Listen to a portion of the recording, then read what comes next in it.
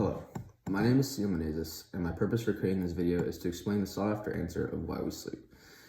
We know that a lack of sleep will prevent your brain from making new memories, so it makes sense that we need sleep in order to sort of clear up our brain storage in order to make new memories.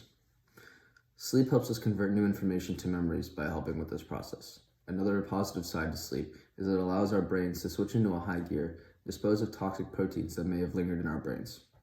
An example of one such protein is beta amyloid. This protein is associated with Alzheimer's disease, and our brain has to dispose of it during the sleep process in order to prevent this disease from spreading to our brain. For this reason, a lack of sleep increases the amount of toxic proteins that build up, making you more prone to long-term diseases. A lack of sleep also impacts your immune system.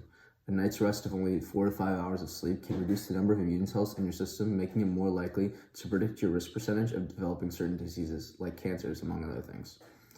Another thing that we know about sleep is that during deep sleep, your heart rate drops and your blood pressure goes down. For this reason, deep sleep is one of the most effective methods of eliminating the potential of heart and respiratory problems in the future.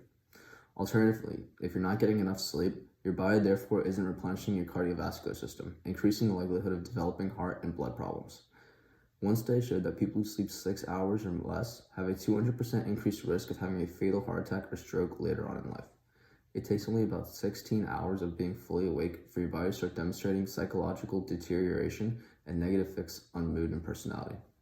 Another study done by students at Oxford showed that after staying awake for over 20 hours, your mental capacity is equal to that of someone who is legally drunk behind the wheel of a car.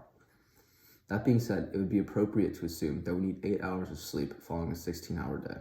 Pushing our bodies past this time frame seemed to have a negative effect on our mental capabilities as well as our health and wellness. It is said that wakefulness at a high abundance is even said to be low-level brain damage. For these reasons, it is important we do our best as individuals to keep track of our body's health and monitor how we sleep, and if we are taking the right precautions to better ourselves in the long term.